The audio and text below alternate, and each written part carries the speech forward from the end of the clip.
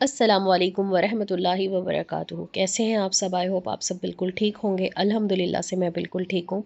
और बस मेरी हेल्थ इश्यूज़ की वजह से वीडियोस नहीं आ रही थी, इसीलिए मैं ऑन कैमरा बैठकर वीडियो शूट नहीं कर पा रही हूँ। तो मैं इस तरीके से ट्रैवल में जब भी होती हूँ या कहीं बाहर जाती हूँ तो वीडियो शूट कर लेती हूँ, ताकि आप लोगों के साथ शेयर कर सकूँ नेक्स्ट चैलेंज या नेक्स्ट कोई ऐसी बात जो आप लोगों के बहुत काम आ सके। आज की इस वीडियो में मैं आप लोगों के साथ 3 डेज़ का चैलेंज शेयर कर रही हूँ, और साथ ही साथ 2 लोगों की ऐसी रिप्लाई जो शायद हर एक लड़की के काम आ सकती है, ख़ासकर उस लड़की के जो कोई ऐसी रिलेशनशिप में है जिसकी वजह से वो बहुत परेशान है, और दूसरी उसके लिए जो इस्तिग़फ़ार, दुरूद शरीफ या कोई भी तस्बीह पढ़ते हैं। और अगर आप इसी तरीके से पढ़ते हैं तो उनके लिए भी ये रिप्लाई बहुत इंपॉर्टेंट है, इसको ज़रूर सुनकर जाइएगा। विदाउट टाइम वेस्ट करे मैं आप लोगों के साथ शेयर कर रही हूँ, और इस तरीके की नेचर वीडियोज़ मैं इसलिए बना रही हूँ ताकि आप अल्लाह की कुदरत भी देख सकें कि बहुत प्यारी प्यारी जगह, बहुत प्यारी प्यारी चीज़ें अल्लाह ताला ने बनाई हैं। इतनी नेमतें दुनिया में लोगों को दी हैं, लेकिन बहुत कम लोग हैं जो अल्लाह का शुक्र अदा करते हैं। इसलिए हमें हर वक्त अल्लाह का शुक्रगुज़ार होना चाहिए। हमारे पास माल दौलत की कमी है, सेहत की कमी है, या फिर किसी भी चीज़ से हम परेशान हैं, परेशानी एक साइड है, लेकिन अल्लाह का शुक्र अदा करें कि और लोगों से बहुत बेहतर है। अल्लाह पाक हम सबको सलामती वाली ज़िंदगी दे, तंदुरुस्ती दे, सेहत दे। अल्लाह हमारी फैमिली को भी हमेशा सलामत रखे, और जितने लोग मेरी इस वीडियो को देख रहे हैं, अल्लाह आपकी जायज़ तमन्नाओं को, हाजतों को, दुआओं को कबूल फरमाए। आमीन सुम्मा आमीन। और कमेंट बॉक्स में जितनी भी दुआएं आप लोग लिखते हैं, मैं सबके लिए दुआ करती हूँ इस तरीके से कि अल्लाह जितने भी प्लेटफॉर्म पे मैं काम करती हूँ, जहाँ जहाँ जैसे लोगों ने मुझसे दुआओं के लिए कहा है, अल्लाह ताला आप उनकी सबकी दुआओं को कबूल फरमाएं। जिसके पास औलाद नहीं है उसे औलाद दे दें, जिसके पास रिस्क, जॉब या बिजनेस से रिलेटेड कोई भी परेशानी है, अल्लाह ताला उनके रिस्क में बरकत दें, उनकी परेशानियों को दूर कर दें। जॉब वालों को जॉब अता करें, बेरोज़गारों को रोज़गार दें, जो बीमार हैं अल्लाह ताला उन्हें शिफा दें। अल्लाह जो अपने घर से रूठे हुए हैं उन सबको मना दे। और बहुत सारी दुआएं करती हूँ जितनी भी उस वक्त मुझसे हो पाती है, और फिर अपने लिए भी करती हूँ। और जब आप दूसरों के लिए दुआएं करते हैं तो मुझे लगता है कि अल्लाह ताला आपसे पहले ना, उनसे पहले आपकी दुआएं कबूल कर लेते हैं आपके हक में। और इसके ऊपर हदीस भी मैं बहुत बार शेयर कर चुकी हूँ, इंशाल्लाह फिर किसी वीडियो में करूँगी। अच्छा, तो मुझे 2 कमेंट रिसीव हुए थे। सबसे पहले हम ये वाला कमेंट पढ़ते हैं। मैसेज, इस कमेंट्स के थ्रू एक बहुत बड़ी और गहरी बात पूछी गई है जो हर एक लड़की के लिए आई होप कि बहुत ज़्यादा इम्पॉर्टेंट है। अगर कोई ऐसी रिलेशनशिप में, ये कहते हैं कि मैं किसी से बात करती हूँ, मैं उससे बात करना बहुत बार बंद कर चुकी थी, पर वो नहीं मानता। मैं अल्लाह और अपने पेरेंट्स को देखकर हराम चीज़ों से दूर रहना चाहती हूँ। तो क्या गलत है, क्या सही है, प्लीज़ मुझे बताएं, क्योंकि वो मुझे कहता है कि मैंने उसका दिल दुखाया है। सबसे बड़ी बात कि इस्लाम में कोई भी ऐसी रिलेशनशिप है ही नहीं कि आप किसी गैर महरम के साथ कोई रिश्ता रखें, उससे बातें करें या उससे मिलें या फिर उससे इश्क मोहब्बत करें, और जब 5-6 साल हो जाएं फिर उसके बाद आप एक दूसरे को समझ जाओ, तब जाकर आप शादी करें। ठीक है, ये हमारा कल्चर नहीं है।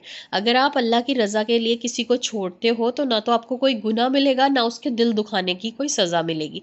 लेकिन हम इंसान हैं, हमारे दिल में ये डाउट रहेगा कि मैंने उसका दिल दुखाया था, इसलिए मेरे साथ ये सब कुछ हो रहा है, गलत हो रहा है। तो इसके लिए आप एक चीज़ कर सकती हैं, जिस इंसान को आपने छोड़ना है उसे कहें कि देखो, मैं हराम रिलेशनशिप में और आगे नहीं रह सकती, अपने पेरेंट्स की इज्जत की वजह से, अपनी इज्जत की वजह से, और सबसे बड़ी बात अल्लाह की रज़ा के लिए मैं ये हराम छोड़ना चाहती हूँ, मुझे हलाल रिश्ता चाहिए। अगर तुम मुझसे निकाह करवा सकते हो तो कल ही अपने पेरेंट्स को मेरे घर भेजो। और अगर वो बहाने मारे कि मेरे पास बिजनेस नहीं है, जॉब नहीं है, अगर भाई आपके पास बिजनेस और जॉब नहीं है तो आप वाइफ रखने के लिए भी कैपेबल नहीं हो, तो फिर एक लड़की की लाइफ क्यों खराब कर रहे हो, उससे दिन रात बातें क्यों कर रहे हो? वैसे तो आप माशाल्लाह से जवान हो गए हो, आपको वाइफ की हर चीज़ें पता है, तभी आप लड़की की ज़रूरत समझ रहे हो ना, तो फिर आप निकाह करें ना। एक हराम रिश्ते से आप भी बचें और उस लड़की को भी बचने दें। और उसे जब आप छोड़ेंगे ना, हराम और हलाल का फ़र्क करके अल्लाह की रज़ा के लिए, ना आपको कोई गुनाह मिलेगा और ना आपको कोई सज़ा मिलेगी इंशाल्लाह, बल्कि आपको अजर और सवाब मिलेगा कि आपने अल्लाह की रज़ा के लिए वो छोड़ा है जो नामुमकिन था, क्योंकि किसी से मोहब्बत करना और उसको छोड़ना एक नामुमकिन चीज़ होती है।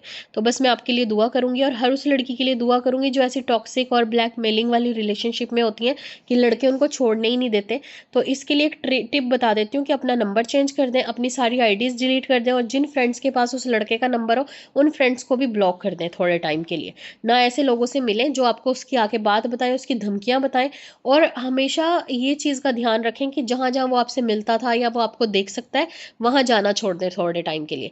धीरे धीरे ये सारी चीज़ें ख़त्म हो जाती हैं। अगर कोई आपसे सच्ची मोहब्बत करता है तो वो आपके घर पैगाम लेके आ जाएगा, निकाह करवाएगा, आपको इज्जत के साथ अपनी दुल्हन बनाएगा इंशाल्लाह। मैं आप लोगों के साथ 4 डेज़ का चैलेंज शेयर कर रही हूँ यहाँ पे। लास्ट में मैं एक कमेंट और पढ़ूंगी जो इस्तग़फ़ार इस्तग़फ़ार से रिलेटेड है, अगर आप इंटरेस्टेड हैं तो सुन के ज़रूर जाइएगा।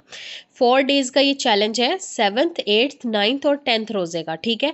आपने डेली 1000 इस्तग़फ़ार पढ़ना है दिल से, बहुत आराम से, और जब आपको वक्त मिले तब पढ़ लें, या काम करते हुए या फिर कुछ भी करते हुए पढ़ें, लेकिन स्लोली पढ़ें। ये नहीं कि आप बहुत जल्दी जल्दी पढ़ें कि नहीं मुझे अपना टारगेट कंप्लीट करना है।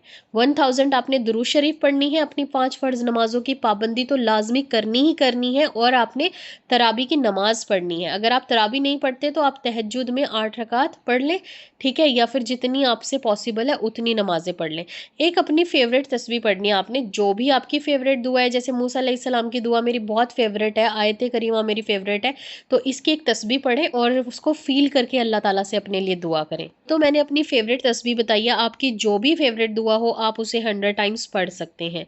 और सबसे बड़ी बात कि कुरान शरीफ आपने ज़्यादा से ज़्यादा पढ़ना है, वरना चैलेंज के अकॉर्डिंग एक सिपारा आपने डेली पढ़ना है, इससे आपका एक कुरान मुकम्मल हो जाएगा इंशाल्लाह। तो ये था आज का हमारा चैलेंज, और जो क्वेश्चन उन्होंने पूछा था मैंने आईडी का नाम हाइड कर दिया था, हो सकता है कि किसी के काम आ जाए, तो वीडियो को शेयर कर दीजिएगा। अब हम बात करते हैं एक और कमेंट के ऊपर। मुझे एक कमेंट रिसीव हुआ था जिसमें इन्होंने लिखा था कि आप ही अस्सलाम वालेकुम, वालेकुम अस्सलाम, कि इस्तग़फ़ार को मैं जल्दी जल्दी से पढ़ती हूँ, लेकिन पूरी कोशिश करती हूँ कि तवज्जो के साथ पढूं, और रमज़ान की इन रातों में मेरा 7000 इस्तग़फ़ार पूरा हो जाए। तो ये सही है, और आप इस्तग़फ़ार की वीडियोस बनाएं कि आप कैसे इस्तग़फ़ार करती हैं, देखती हैं कि या फिर मैं आपकी वीडियो के साथ 1000 मरतबा अस्तग़फ़िरुल्लाह पढूं। ज़्यादा इस्तग़फ़ार करने से ये नहीं होता कि आपने 10,000 कर लिया, 7,000 कर लिया और आपका ध्यान ही नहीं था, और आपने बहुत जल्दी जल्दी किया कि बस आपको ये था कि आपका एक वजीफ़ा या आपकी वो काउंटिंग पूरी हो जाए जो आप कर रही हैं। बेशक आप इस्तग़फ़ार की 2 तस्बीह पढ़ें या 1 तस्बीह पढ़ें, लेकिन उसको पूरा फ़ील करके पढ़ें कि मैं अल्लाह से सच्चे दिल से तौबा कर रही हूँ, अपने गुनाहों की तौबा कर रही हूँ। देखिए मैं तो ऐसे पढ़ती हूँ जब भी इस्तग़फ़ार, तो अल्लाह ताला जो भी मेरी गलतियाँ हैं, कोताहियाँ हैं, जो भी गुनाह हैं, जो भी झूठ है, अल्लाह अपनी रहमत के सदक़े तू मुझे माफ़ कर दे। अल्लाह मेरे इस्तग़फ़ार को कबूल फ़रमा, और अल्लाह जो तूने इस्तग़फ़ार करने वालों के लिए वादे किए हैं, जो अल्लाह तूने उनके लिए इनाम रखे हैं, वो भी मुझे अता कर। अल्लाह ताला ने इस्तग़फ़ार करके तौबा करने वालों के लिए वैसे ही बहुत इनाम रखे हैं कि अल्लाह ताला बेशुमार रिज़्क़ देंगे, औलाद नरीना अता करेंगे, अल्लाह बाग़ात, नहरें, बारिशें अता करेंगे, अल्लाह अपनी रहमतें नाज़िल करेंगे। तो देखें, जिससे अल्लाह औलाद अता कर रहे हैं, अल्लाह पहले शादी कराएँगे तभी औलाद देंगे ना, और अल्लाह रिज़्क़ देने की बात कर रहे हैं, अल्लाह अपनी बारिशें बरसाने की, अपनी रहमतें बरसाने की बात कर रहे हैं, अल्लाह आपको हरे भरे बाग़ात, नहरें और बगीचे देने की बात कर रहे हैं। तो वो जन्नत में भी मिलेंगे और आपको दुनिया में भी खुशहाल ज़िंदगी मिलेगी, और जैसा आपका बिज़नेस, जैसा आपका रिज़्क़ होगा, मतलब कमाने का ज़रिया होगा, सोर्स ऑफ इनकम होगा, उसमें अल्लाह बरकतें डाल देंगे, और अल्लाह वहाँ वहाँ से आपको रिज़्क़ देंगे जहाँ से आपने सोचा भी नहीं है। और हर एक इंसान को रिज़्क़ की बहुत ज़रूरत होती है, बेशक जब वो अनमैरिड होता है तब उसे नहीं पता चलता, लेकिन जब शादी हो जाती है, उसकी एक अलग फैमिली बन जाती है, तब उसे पता चलता है कि हमें माल दौलत की, रिज़्क़ की, हर चीज़ की कितनी ज़्यादा ज़रूरत है। तो कभी भी इस्तग़फ़ार जल्दी जल्दी ना करें, आप 7000 की जगह पे 1000 या 1500 कर दें, लेकिन इसको पूरे दिल से पढ़ें और फ़ील करके पढ़ें कि आप अल्लाह से सच्चे दिल से तौबा कर रही हैं। आप 1 महीने में 30,000 इस्तग़फ़ार करेंगे, जो 1 लाख या 2 लाख इस्तग़फ़ार कर रहे हैं, लेकिन उन्होंने सिर्फ़ तस्बीह पे काउंटिंग की है जल्दी-जल्दी में, उनका ध्यान नहीं था, या उन्होंने बस सोचा कि हम अल्लाह से तौबा कर रहे हैं। तो उनसे बेहतर आपका इस्तग़फ़ार है जिन्होंने बहुत कम पढ़ा, लेकिन पूरे ध्यान के साथ पढ़ा और अल्लाह से सच्ची तौबा करके पढ़ा।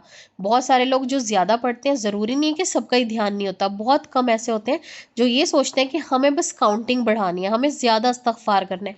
अल्लाह आपका ज़्यादा पढ़ना नहीं देखते, अल्लाह आपकी नीयत देखते हैं। तो हमेशा बस अल्लाह के लिए पढ़ें।